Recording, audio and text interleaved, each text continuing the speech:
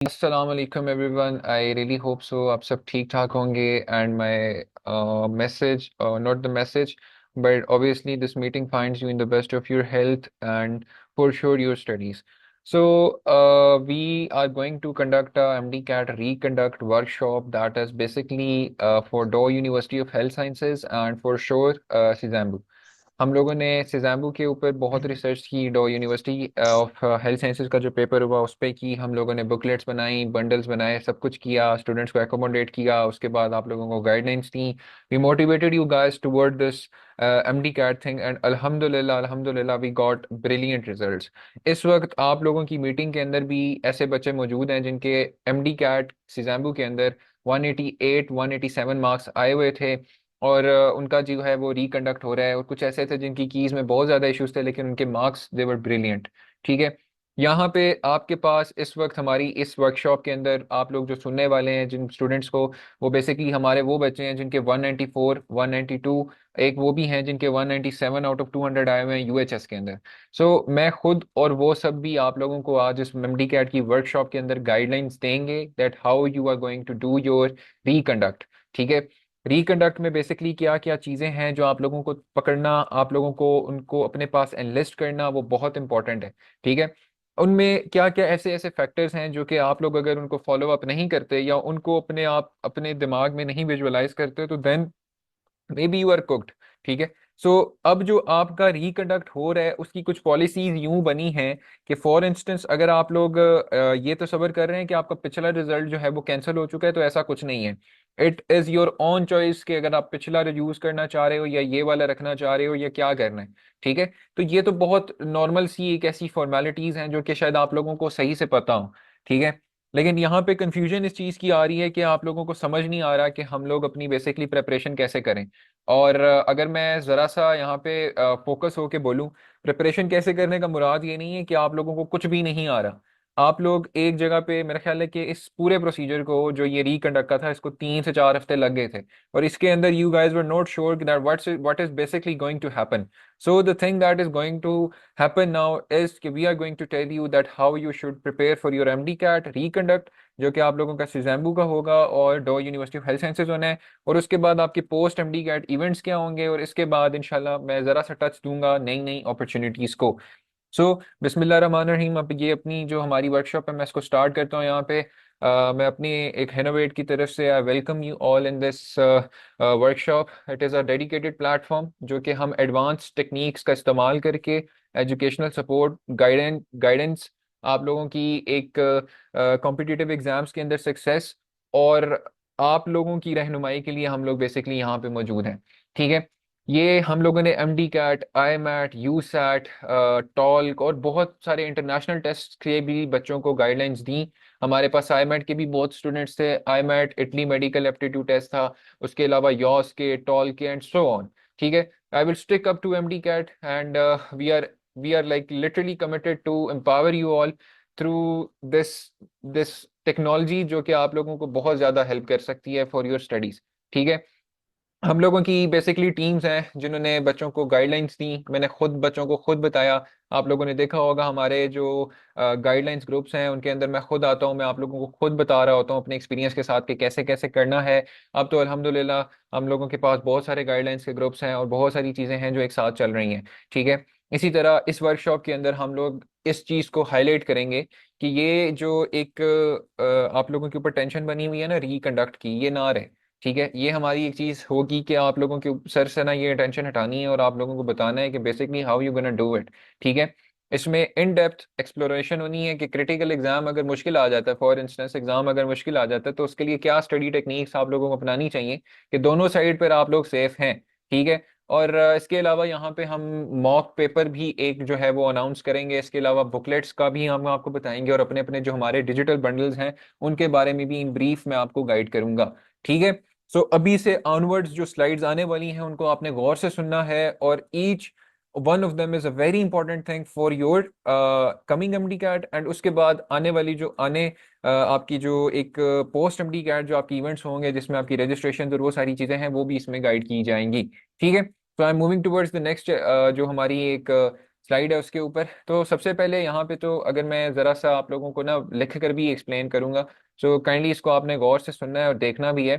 तो सबसे पहले तो एक चीज़ आप लोगों ने याद रखनी है जो कि सबको सही से याद होगी, कि आप लोगों की जो डेडलाइंस होती हैं ना और डेट्स होती हैं, this is a very important factor to remember, ठीक है। भूलता तो किसी को नहीं है ऑब्वियसली, लेकिन एक बच्ची थी जिसको नहीं पता था कि मेरी डेडलाइन क्या थी एमडी कैट को रजिस्टर करने की और मेरा पेपर जो है वो कब है। हालांकि वो बच्ची माशाल्लाह से बड़ा पढ़ रही थी और बड़ा वो अपने आप को ना, she was like continuously preparing for it, and उसके बाद उसके ना उसको पता ही नहीं था कि एमडी कैट का क्या सीन है, कब हो रहा है और क्या चल रहा है। सो ये काइंडली याद रखिएगा कि आपका एमडी कैट 24 नवंबर को होना है, क्योंकि दो डेट्स आई थी, एक हमारे पास अक्टूबर थी और एक 24 नवंबर थी। ठीक है, डेडलाइंस, उसके बाद मैं इसी में वीक पॉइंट्स और आपको फ्री स्केड्यूल बना के दिखाता हूँ कि स्केड्यूल कैसे बनता है। ठीक है, स्टे ट्यून्ड, इसको गौर से सुनना है। फ्री स्केड्यूल यहाँ पे आप लोगों को मैं खुद अभी बना के दिखाता हूँ कि वो कैसे बनेगा लाइव।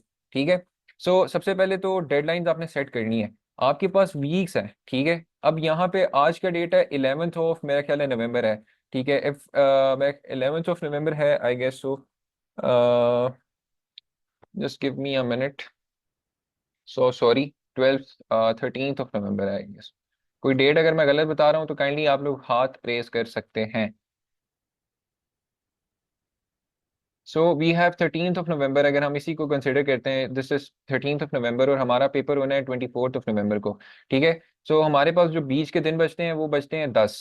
ठीक है, अब 10 कैसे, कि वो एक दिन जो होगा ना, अगर मैं इसमें 11 ऐड कर दूं तो मेरे पास डायरेक्टली 24 आ जाएगा, लेकिन क्योंकि 24 को पेपर है तो हम लोग 10 दिन को लेके चलेंगे, और 10 दिन में मैं आपको बताऊंगा कि आपने पूरा अपना जो सिलेबस है उसको कैसे से रिवाइज करना है और क्या कुछ करना है। ठीक है, सो इस पूरी प्यारी सी जर्नी के अंदर यू गाइस हैव 10 डेज। ठीक है, इन 10 दिनों के अंदर भी बहुत कुछ किया जा सकता है। So starting from this thing कि आपके पास ना, अगर वीकली गोल्स में अगर ले जाऊं तो इसमें हमारे पास पूरे के पूरे 2 हफ्ते भी नहीं है। ठीक है, अगर हम यूं कर लें कि 1 वीक एंड 3 डेज हैं तो उसको भी आप लोग अनडिविजनरी मोड में ले जाएंगे और आप लोगों को समझ नहीं आनी कि आपने इसको डिवाइड कैसे करना है और उसके बाद आप लोगों ने इसको किस तरह से स्केड्यूल करना है। तो अगर मैं इसको आपके ब्लॉक्स की साइड पे रखूं, ठीक है, रिवीजन ब्लॉक्स बेसिकली अगर आप लोग अपनी स्क्रीन पर इस वक्त देख सकते होंगे तो मैं एक चीज यहाँ पे ड्रॉ करूंगा अभी, ये यहाँ ऊपर की साइड पे अगर आप देखें तो revision block is something like this, कि ये ना ईच डे ब्लॉक होता है। ठीक है, ब्लॉक 1, ब्लॉक 2, ब्लॉक 3, एक second please, block 3 and so on till block 10। ठीक है, क्योंकि हमारे पास कितने दिन है, 10 दिन है। ठीक है, तो हमारे पास ये 10 ब्लॉक होंगे। अब इस ब्लॉक के अंदर हम लोग एक each block would have a specific timings, जिसके अंदर we are going to implement specific timing, जिससे आप लोग अपने अपने सब्जेक्ट्स को रिवाइज कर सकते हो। ठीक है, यहाँ पे पढ़ भी लें साथ साथ कि ईच एक ब्लॉक के अंदर एक टाइमिंग होती है जिसके अकॉर्डिंगली आप अपने आप को अपनी जो बी स्पेसिफिकेशन है वर्ड की वो रिवाइज कर सकते हैं। ठीक है, अब उसके बाद आप लोगों को यहाँ पे जो भी यहाँ पे भी पार्टिसिपेंट है उसको हम 10 मॉक्स फ्री में देंगे। ठीक है, लेकिन उसकी एक शर्त होगी, वो एंड पे मैं आपको बताऊंगा, लेकिन जितने आपके ब्लॉक्स बनेंगे उतने आपके मॉक्स होंगे। So these 3 things they are interlinked to each other. ठीक है, ये जितने आपकी मॉक टेस्ट हैं, वो जितने ब्लॉक्स हैं उतने मॉक टेस्ट एक आपके माइलस्टोन्स होंगे, उसके बाद उतने ही आपके वीकली गोल्स हैं जो कि इसमें कवर हो जाएंगे। सो अगर मैं इसी 10 दिनों के ब्लॉक को तोड़ दूं तो इसका मतलब ये है कि ईच ब्लॉक वुड कंटेन, एक तो आपका 1 मॉक होगा उसके अंदर, दूसरा you guys are going to get a complete schedule for the thing, जैसे कि मतलब आपके अगर फिजिक्स केमिस्ट्री और बायो की रिवीजन है तो वो आपके सब्जेक्ट रिवीजन भी आ जाएगी इसमें। ठीक है, ये मैंने सब्जेक्ट्स लिख दिए, इसकी रिवीजन आ जाएगी, और उसके बाद आप लोगों का जो सिलेबस है अगर मैं उसको डिस्कस करूं तो वो आपकी 3 कैटेगरीज में डिवाइड हुआ होगा। ठीक है, यहाँ पे मैं वो भी लिख रहा हूँ A, B एंड C। ठीक है, ये आप लोगों की हो गई 3 कैटेगरीज जिसके अंदर आप लोगों का ये तमाम जो सिलेबस है वो टूट के रखा जाएगा ईच ब्लॉक के अंदर। ठीक है, मैं अपनी इस टर्म को दोबारा रिपीट कर रहा हूँ कि आपके पास जैसे 10 दिन हैं, तो 10 दिन के अंदर आपके पास इतना टाइम नहीं है कि आप वीकली रिवीजन गोल्स को एक साथ लेके आओ, आपके पास ब्लॉक्स होने चाहिए। ठीक है, तो 1 2 3 4 5 6 सो ऑन 10 ब्लॉक्स हैं। ठीक है, each block would have 1 mock जो कि आपका माइलस्टोन है, दूसरा it would have physics chemistry biology की जो रिविजन्स हैं वो आएंगी, उसके बाद आप लोगों का जो सिलेबस है वो इस तरह से डिवाइड हुआ होगा कैटेगरीज के अंदर। ठीक है, तो सबसे पहले तो आप लोगों के पास कैटेगरीज को समझने का बहुत इंपॉर्टेंट है कि ठीक है, कैटेगरीज तो मैं बताता रहता हूँ, लेकिन आपको थोड़ी बहुत समझ भी होनी चाहिए कि कैटेगरी का सीन क्या है। तो अगर मैं यहाँ पे देखें तो कैटेगरी ए है। Category A is your high priority category. ठीक है, हाई प्रायोरिटी कैटेगरी का मतलब है कि इसमें सबसे इंपॉर्टेंट टॉपिक्स आपके इंक्लूड हो जाते हैं, जिसमें आप लोग ये तसव्वुर कर लें कि ए के अंदर आपके पास वो चीजें इंक्लूडेड हैं जो कि आपको बिल्कुल भी नहीं आती। ठीक है, आपको उसके बारे में जीरो नॉलेज है। ठीक है, कोई चीज अभी मेरा नहीं ख्याल ऐसी होगी जिसके बारे में आपको जीरो नॉलेज हो, लेकिन कोई ऐसी चीज हो सकती है। मेरा ख्याल है मेरी आवाज क्लियर होगी। कोई ऐसी चीज हो सकती है जो कि यहाँ पे 10% की रेशियो पर मौजूद हो। मतलब आपको वो 10% आती हो और 100% में से 90% आपको नहीं आता, तो that is your category A. ठीक है, दूसरा कैटेगरी जो मीडियम प्रायोरिटी पे है, जिसको मैं यहाँ पे छोटा सा करके लिख रहा हूँ, आई होप सो कि ये विजिबल होगा। ठीक है, आपको समझ लें कि इसमें ना आपको 25% आता है और बाकी सारा नहीं आता। ठीक है, आपको 75% इसमें नहीं आता, तो आपने करना है क्या है, 75% आपने इसको करना है, 25% आपको आता है, इसमें आपने 90% करना है और बाकी सब आपको आता है। ठीक है, और यहाँ पे कैटेगरी सी आती है जो कि आपकी है लो प्रायोरिटी टॉपिक्स, जो कि जिसको मैं ऊपर वहां पे लिख रहा हूँ, सी यहाँ पे मैं लिख रहा हूँ क्योंकि वो आपके लिए सबसे ऊपर की गेम है। आपको मैं बताता हूँ कि ये कैसे है। ठीक है, आप लोग इसको यूं करते हैं कि जब आपकी लो प्रायोरिटी टॉपिक्स हैं, मतलब आपको सही से आते हैं और आपको प्रॉपरली रटे हुए हैं, तो आप समझ लें कि आपको ना ये 100% आते हैं। ठीक है, आपने इसमें से 0% याद करना है। ठीक है, इसमें कुछ भी ऐसा नहीं है जो आपको याद करना हो। तो बच्चे बेसिकली क्या करते हैं कि वो पहले ना कैटेगरी सी को करेंगे, फिर कैटेगरी बी को करेंगे, फिर ए पे आएंगे। लेकिन the cycle goes like this. ठीक है, the cycle must go like this because आपकी सबसे पहली जो वीक पॉइंट है वो आपका यहाँ पे आता है, वीक पॉइंट। ठीक है, ये आपका आ गया week, and P means point. ठीक है, ये आपका वीक पॉइंट है जिसको आप लोग इग्नोर करते हैं और आप ट्रेडिशनल वे में करते हो, पहले सी करोगे, फिर बी करोगे, फिर ए पे आओगे। लेकिन गो अगेंस्ट द विंड। ठीक है, in order to win you have to go against the wind, and you have to do your weak points पहले। यहाँ पे वीक पॉइंट्स को आपने पहले करना है, फिर आपने उसकी डेडलाइंस को देखना है। और अगेन जैसे मैं अपने वापस इस रिवीजन सेट डेडलाइंस की तरफ जाऊं, तो इस पूरे ब्लॉक के अंदर मेरे पास कैटेगरी ए भी थी, मेरे पास कैटेगरी बी भी थी, और कैटेगरी सी भी यहाँ पे मौजूद है। ठीक है, ये एक ब्लॉक का, ये मैंने पूरा एक डिवीजन बनाई है एक ब्लॉक की कि इसके अंदर क्या क्या मौजूद होगा। आपके पास 10 दिन है, आपके पास 10 ब्लॉक्स हैं। ठीक है, 10 blocks. These 10 blocks are basically your main thing, जिसमें आपने एक एक चीज ये करनी है। ठीक है, ये एक डिवीजन है जो कि आपको मैंने अभी यहाँ पे एक्सप्लेन की। अब ये जो मैंने एक डिविजन्स बनाई, मैंने सब कुछ किया, ये आप लोगों को व्हाट डू यू थिंक कि मुझे कैसे पता होगा, और मैं बेसिकली आपको कैसे ये चीज गाइड कर रहा हूँ। द थिंग इज कि ये वो चीजें हैं जो कि हम लोगों ने खुद इंप्लीमेंट की, जो हमारी यहाँ पे टॉपर्स मौजूद हैं इन्होंने इंप्लीमेंट की। They got 194 out of 200, they got 197 out of 200। यहाँ पे 180s वाले भी बहुत मौजूद होंगे अभी। लेकिन आप लोगों को बेसिकली बताने का मकसद ये है कि अगर आप लोगों को एमडी कैट रिकंडक्ट हो रहा है, एंड इफ यू वांट कि अगर आपके 180 मार्क्स थे, if you want to jump from 180 to like 190, तो आप लोग इस चीज को अपने सामने इंटरप्रेट कर सकते हो। ठीक है, अब क्योंकि टाइम थोड़ा सा शॉर्ट है, तो मैं जल्दी से ना यहाँ पे एक छोटू सा स्केड्यूल तैयार करूंगा अपने इसी चीज को यूज करके, कि चलें फॉर इंस्ट्रक्टर मैं यहाँ पे ना ब्लॉक 1 बनाता हूँ। ठीक है, मेरे पास 10 ब्लॉक्स हैं, ब्लॉक 1 मैं बनाता हूँ। ठीक है, इसको मैं 1 का नाम दूंगा। अगर मेरे पास यहाँ पे फिजिक्स है जो मेरा सबसे वीक सब्जेक्ट है, तो मैं सबसे पहले फिजिक्स को इसी ब्लॉक के अंदर, मेरे पास ना टोटल जो टाइम है ना 24 आवर्स है। ठीक है, 24 आवर है, उसमें से मैं इस ब्लॉक के अंदर मेरे पास 24 आवर आ गए, और इसमें से मैं 6 घंटे यहाँ पे मैम को दे देता हूँ कि मैम ने आपको चेक करना है क्योंकि आपने सोना भी होगा। तो 6 hours is enough for your sleep time. ठीक है, यहाँ पे अगर मैं इसको लिख दूँ स्लीप, आपने यहाँ पे सोना है 6 घंटे, और उसके बाद पीछे बच गया आपके पास 18। तो हमारे पास जब ये 18 घंटे बचते हैं, तो इनको हम किस तरह से डिवाइड कर सकते हैं। ठीक है, आपके पास वैसे पेपर्स के ऊपर ना लिखा बहुत कुछ आता है कि ये ऐसे ऐसे कर सकते हैं, ऐसे ऐसे होता है, लेकिन कोई भी उसको फॉलो नहीं करता। क्यों? क्योंकि उसके अंदर आप लोगों की बाकी रूटीन ज़ाया हो जाती है। चलें फर्ज करें फिजिक्स आपकी सबसे वीक है, आपका ये ना कैटेगरी ए है फिजिक्स, तो इसको आपने अपने दिन में से ना 4 घंटे देने हैं। ठीक है, 4 आवर्स। ठीक है, आपने दिन में से 4 घंटे दिए, यहाँ पे मेरे पास पीछे घंटे बच गए 14। ठीक है, 4 घंटे इसको दे दिए, उसके बाद मैं जाता हूँ केमिस्ट्री के ऊपर। ठीक है, जो कि दरमियानी है, मुझे आती है और नहीं भी आती। ठीक है, अब इसको मैं दूंगा अपना ब्रेक के बाद मैं इसको दूंगा 3 घंटे। ठीक है, और 3 आवर्स मैं इसको बेसिकली दूंगा, और मैं ये भी बताता हूँ कि इन 3 घंटों में और 4 घंटों में आपने क्या करना है। और उसके बाद पीछे मेरे पास यहाँ पे -1, जो कि यहाँ का ब्रेक टाइम था, पीछे बचे 13 घंटे, और उसके बाद -3 किया तो मेरे पास बच गए 10 आवर्स, ठीक है। अब ये बच गए 10 घंटे। उसके बाद यहाँ पे आई बायो, और बायो मेरी ना सबसे ज्यादा इजी है, मुझे बहुत इजी लगती है, तो मैं उसको देता हूँ अपने जिंदगी में से 1.5 घंटा, ठीक है। 1.5 घंटा मैं बायो को दूंगा और डेढ़ आधा घंटा मैं एंजॉय करूंगा, तो इन टोटल यूं कर लें कि ये मेरे पास 2 घंटे बन जाते हैं, ठीक है, 2 hours.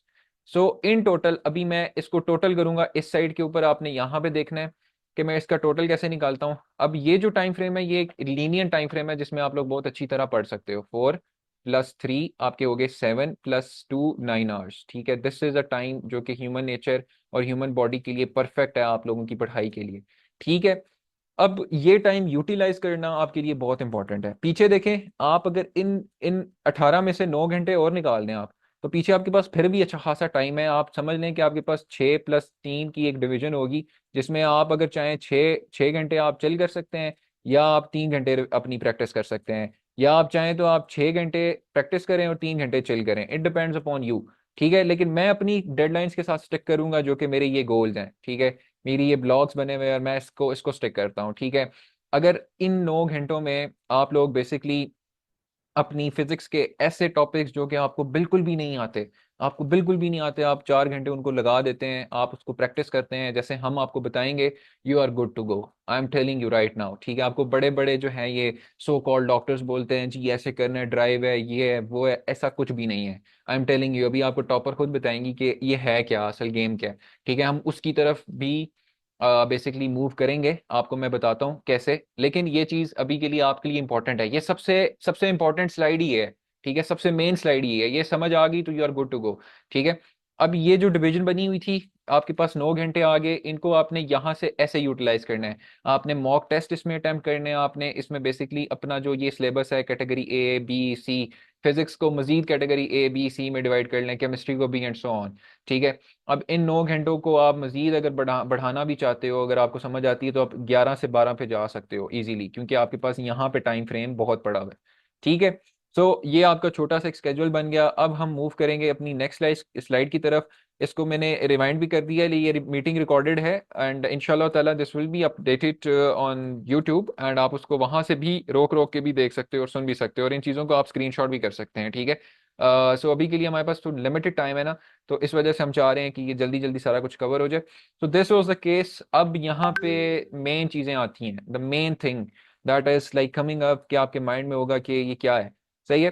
So I would stick up again to the point, and I am going to tell you कि सबसे पहला चैलेंज और उसको तोड़ना मैं आपको बताता हूँ, कि आपका सिलेबस है उसको आपने ब्रेक डाउन कर लिया, लेकिन आपको समझ नहीं आ रही कि मैं A B C ये मिक्स मिक्स हो रहा है, ठीक है। लेकिन आप लोगों ने क्या करना है, to track up your stuff, आप लोगों ने एक जगह पे नोट डाउन करते जाना है। आप लोगों के पास वैसे प्रिंटेड फॉर्म के अंदर ना सबसे पहले सिलेबस मौजूद होना चाहिए, ठीक है। Print down your MD CAT का सिलेबस, ठीक है, प्रिंट M कैट सिलेबस। आपके पास जब ये सिलेबस मौजूद होगा, तो आप लोग बेसिकली इसमें आसानी से अपनी चीज़ों को ट्रैक कर सकते हैं। जैसे मैंने कैटेगरी A B और C बोली, ठीक है। आपने सबसे पहले अपनी सबसे उस कैटेगरी को फॉलो करना है जिसमें आपको कुछ भी नहीं आता, ठीक है। उसके बाद हम दूसरा चैलेंज जो आप लोगों को मिलने वाला है, वो हमारी साइड से जो मैं आपको चैलेंज देता हूँ वो ये है कि आप अपने जो MCQs प्रैक्टिस कर रहे हैं वो must be very difficult, they must be very very difficult, ठीक है। अगर यहाँ पे किसी को लगता है मैं इजी MCQs करके 190 मार्क्स ले लूंगी या ले लूंगा, दिस इज योर कह लें खुशफहमी है आपकी, ये आप नहीं कर पाएंगे। क्यों? क्योंकि आप लोगों को इस चीज का अंदाजा होना चाहिए कि आप लोग आगे डॉक्टर्स बनने जा रहे हैं। यू आर इनटू समथिंग जो कि एक बहुत बहुत इंपॉर्टेंट प्रोफेशन है, it's not a piece of cake, it's not a joke, ठीक है। आप लोगों ने एक चैलेंजिंग MCQs प्रैक्टिस करने होंगे, जिसको अगर मैं यहाँ पे एक्सप्लेन भी करता जाऊं, तो आप लोगों की प्रॉब्लम, आप लोगों के पास एक टेक्निक होनी चाहिए जिसको आप एनालाइज करके अपनी तमाम चीजों को वाइंड अप कर सकते हैं, एक एक जगह पे लेके आ सकते हैं, ठीक है। ये इंशाल्लाह ताला अगली उसमें मैं आपको एक्सप्लेन करूंगा कि ये किस तरह से होगा। ये प्रॉपरली एक अलग वीडियो इस पे आएगी। उसके बाद यहाँ पे वही चार्ट आ गया जिसमें मैंने आपको 8 to 9 आवर्स की स्पेसिफिक रूटीन दी। इधर यहाँ पे गिवन है कि आपने 20-25 मिनट बीच में ब्रेक लेनी है, उसके अलावा अपनी स्टडीज को बैलेंस और रिस्पॉन्सिबिलिटीज को बैलेंस करें, अपनी फिजिकल एट्रीब्यूशंस भी रखें, और उसके साथ साथ यू गाइस कैन लिटरली आप लोग बहुत कुछ इसमें कर सकते हैं अपनी MD कैट की रूटीन को अच्छा बनाने के लिए। सो अब अगली स्लाइड जो है, एक तो आप लोगों को ना प्रैक्टिस का एक मेथ है सबको जी के we are going to past papers, हम प्रैक्टिस कर लें सर, कोई मसला तो नहीं है, बहुत बड़ा मसला है। ठीक है, अगर हम सो कॉल्ड एफएलपीस जो कॉपी हुए हुए किसी के ग्रुप्स में आते हैं, हम बच्चे हमें भेज रहे होते हैं सर ये आप अपने ग्रुप में भेजें, सो हमें कोई शौक नहीं है, हम बच्चों को उस तरह से प्रैक्टिस करवाते हैं ताकि उनकी लर्निंग सिस्टम ज़्यादा अच्छी तरह चल सके। आप लोगों की हम प्रैक्टिस करवाते हैं अपनी बुक को, और अपने इस साइकिल को आप लोग ना रिपीट करवाते हो कि जी हम एफएलपीस कर लें, हम पास पेपर कर लें, we are good to go. ऐसा कुछ भी नहीं होता, ठीक है। किसी ने भी आज तक एफएलपीस प्रैक्टिस करके 197 198 नहीं लिए, ठीक है। जो कहते भी हैं वो झूठ बोलते हैं, बिकॉज आगे जाके मैं बताता हूँ क्यों। अब यहाँ से एक चीज ये है कि आपकी प्रैक्टिस इस तरह से होनी चाहिए कि आप लोग अपने आप को डॉक्टर कंसिडर करो, और दैट इज द पॉइंट कि आप लोग कुछ कर रहे हो, किसी के लिए कर रहे हो। It's not like this way कि आप लोग अब अगर फॉर इंस्टेंस अगर आप यूं कर लें कि जी मैं कर रहा हूँ, मैं कर रहा हूँ, मैं प्रैक्टिस कर रहा हूँ, I am doing my practice, लेकिन मुझे ना जब क्वेश्चन पेपर आता है तो मुझे भूल जाता है। वो क्यों है? क्योंकि आप लोग हमेशा पास पेपर्स प्रैक्टिस करते हैं। आपको ये लगता है कि एमडी कैट का पेपर पास पेपर में से आएगा, आपको ये लगता है आईएमएट का पेपर भी पास पेपर में से आएगा। आप लोगों को लोगों ने ये बताया है कि पास पेपर ही सब कुछ है, इन्हीं में से आएगा, इन्हीं को करके चले जाएं, you are good to go. फिर लोग कहते हैं आप लोग फुल लेंथ पेपर जो हैं वो पता नहीं कौन से वो ग्रुप्स हैं जो कि बच्चों को मिसगाइड करते हैं, और एफ एल पीज भेजते हैं, वो भी वो एफ एल पीज जो कि आप लोगों के 2015 के हैं, 2014 के हैं, बहुत पुराने पुराने एफ एल पीज आप लोगों को दिए जाते हैं, और वो आप लोग प्रैक्टिस करते हो, ठीक है। इसके अलावा आप लोगों को एक और चीज़ बड़ी कॉमन बताई जाती है, प्रैक्टिस योर बुक, ठीक है। अपनी बुक को पकड़ें और उसको प्रैक्टिस करें, और इसी साइकिल को रिपीट करें। ये एक टोटल मिथ है, ये एक टोटल ऐसी चीज़ है जो कि आप लोगों को ख़राब कर रही है। इसका आउटकम आप लोगों के लिए very, it's a very very dangerous, because इसमें सबसे पहली चीज़ मैं अभी आगे जाके बताऊंगा कि वो क्या है, जरा सा मुझे 2 मिनट दीजिएगा। All right, so now the thing is के सच्ची में प्रैक्टिस क्या होती है, ठीक है। No, if we have a topic like here in the mitochondria, और माइटोकॉन्ड्रिया को मैं पकड़ लूँ और मैं अगर यहाँ पे स्टार्ट करूँ प्रैक्टिस करवाना, तो मैं इसमें से ना एक 1 लाख एमसीक्यू आराम से जनरेट कर सकता हूँ। 1 लाख एमसीक्यू मैं माइटोकॉन्ड्रिया पे बना सकता हूँ, ठीक है। बहुत ईजीली, बहुत सारे तरीके हैं मेरे पास। यहाँ पे अगर मैं एक और चीज़ आप लोगों को बताऊं, तो हमारा एक बंडल है जिसके अंदर हमारे पास 4 लाख एमसीक्यूज हैं। अब सबसे पहली चीज़ तो ये है कि माइटोकॉन्ड्रिया जो है ना, इसके साथ टॉपिक लिंक करेगा अगर क्लोरोप्लास्ट, अगर हम लिंक करते हैं, ठीक है। माइटोकॉन्ड्रिया और क्लोरोप्लास्ट को अगर हम एक दूसरे के साथ लिंक करते हैं, तो हमारे पास ना इन दोनों के कोलैबोरेटिव एमसीक्यूज भी आ सकते हैं, ठीक है। इन दोनों में से भी एमसीक्यूज आ सकते हैं, लेकिन उनमें से किसी एक का आंसर ये होगा, किसी का आंसर ये होगा, ठीक है।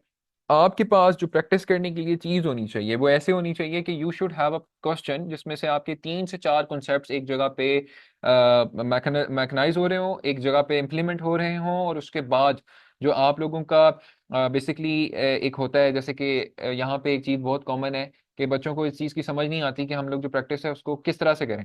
मैं वही बता रहा होता हूँ कि आप लोगों ने अपनी जो प्रैक्टिस करनी है उसको आप लोगों ने ऐसे रखना है कि आप लोगों की जो स्पेसिफिकली एक टॉपिक है उसमें से एक टॉपिक नहीं, 4 5 टॉपिक्स आपके रिवाइज हों, ताकि आप लोगों को समझ आए एटलीस्ट कि आप लोग क्या कुछ कर रहे हैं। एटलीस्ट आप लोगों को थोड़ा बहुत पता होना चाहिए कि एक जो टॉपिक है उसके साथ दूसरा लिंक्ड टॉपिक कौन सा है। अब नम्स के अंदर क्या हुआ था, नम्स के अंदर वही एमसीक्यूज आए थे जो कंसेप्चुअल बेस्ड थे। आप लोगों का कोई भी एमसीक्यू ऐसा नहीं आया जो रटाफिकेशन पे था। बहुत सारे आए गैस पेपर्स आए हैं, बड़े बड़े दावे थे कि हमारे पास 5 किलोमीटर में पेपर बन रहा था, और मैं पेपर बना के मैंने उसको पता नहीं क्या कर लिया, एंड दैट वाज सो कह लें एम्बैरसिंग कि उस पेपर में से एक लफ्ज भी नहीं आया। और उसके बाद पेपर को बुरा कहने के लिए बच्चे ने ये कहना स्टार्ट कर दिया कि एमडी कैट का पेपर, सॉरी नम्स का पेपर वाज एमबीबीएस लेवल का, ये था वो था, लेकिन नहीं था। It was not MBBS level का पेपर। उसके अंदर ऐसी ऐसी चीजें थी जो आपके पंजाब बोर्ड की बुक में लिखी हुई थी, ठीक है। So what you guys needed was a real guidance, ठीक है। What you guys needed to practice was your conceptual MCQs. It wasn't like this way कि आप अपना एक्सक्यूज देना स्टार्ट कर दें कि नहीं नहीं, it was not like that, it must be like this, जैसे हम कह रहे हैं वैसे हो, वैसे जो वो कह रहे हैं वो गलत है, ठीक है। सो एक इदारे को पहले ब्लेम करने से पहले यू शुड बी इनफ, आपके पास नॉलेज होना चाहिए कि आप अगर किसी को चैलेंज कर रहे हैं तो you must be that much powerful in your knowledge कि हाँ भाई मैं सही चैलेंज कर रहा हूँ, ठीक है। सो कॉल्ड चीज़ों को सुन सुन के, सो कॉल्ड ड्राइव्स को देख देख के, सो कॉल्ड आप लोग चीज़ों को प्रैक्टिस कर करके अपने माइंडसेट्स को खराब कर रहे हैं, क्योंकि आप लोगों के पास आगे एमबीबीएस है, बीडीएस नहीं है। आपके पास ऐसी कोई चीज़ नहीं है जो कि अगर मैं बता दूं किसी की प्रायोरिटी बीडीएस है तो बीडीएस भी आसान नहीं है, ठीक है। MBBS MBBS is not a piece of cake. जब आप आगे आगे जाएंगे तो अगर ये एक आपको इलस्ट्रेशन नजर आ रही हो, तो what do you think, this is something funny, ये क्या हो रहा है, ये एक बंदे की जान बचाने की कोशिश की जा रही है। और ये जो चीज़ है, ये कैसी ऐसी एक जगह है, ऐसी चीज़ है जो कि बहुत इंपॉर्टेंट है। अगर आप अपने नॉलेज के साथ मजाक करेंगे तो it won't be like in the good hands, ठीक है। यहाँ पे आप लोगों को मिलवाया जाएगा अभी रबिया सुल्ताना से, जिनके 194 आउट ऑफ 200 थे एमडी कैट के अंदर। लेकिन एक ज़रा सा हमारे पास इशू हो गया है। हमें ना 16 एक मेरा ख्याल है स्टूडेंट्स हमें सुन रहे हैं इस वक्त पे। Guys I would request you all of you कि आप लोगों को अभी एक नया मीटिंग का लिंक दिया जाएगा, आप लोग उसको ज्वाइन कीजिएगा। हम लोग इस meet innovates batch topper Rabia Sultana 194 out of 200 से ही स्टार्ट करेंगे, ठीक है। लेकिन हमारे पास ज़रा टाइम शॉर्ट हो गया था, जिसकी वजह से आप लोगों की जो है वो मीटिंग यहाँ पे एंड हो रही है। आप लोगों से रिक्वेस्ट है कि 5 से 10 मिनट का वेट होगा, उसके बाद हम आप लोगों के साथ ये तमाम चीज़ें जो है ये शेयर करेंगे। इसी स्लाइड से ऑनवर्ड्स आगे के 10 मिनट के ब्रेक के बाद आप लोगों के साथ चीज़ें शेयर की जाएंगी। Guys it was a good time, stay tuned, इसको आपने लाजमी ज्वाइन करना है। दिस वाज योर पार्ट 1, अब ये दूसरा पार्ट यहाँ से स्टार्ट होगा, ठीक है। अब आपको हमारे टॉपर्स बताएंगे कि how you gonna practice it, क्योंकि अगर आप लोगों को वो नहीं बताएंगे तो आप लोगों को बेसिकली सही से चीज़ें क्लियर नहीं होनी, ठीक है। उसके बाद जो हमारे पार्टिसिपेंट्स होने हैं उनको हम लोग यहाँ पे फ्री जो हमारी बुकलेट्स हैं, गिव अवेज हैं जो हमने कहा था, वो भी हम करेंगे। So join that link as well and stay tuned, ठीक है। Thank you so much.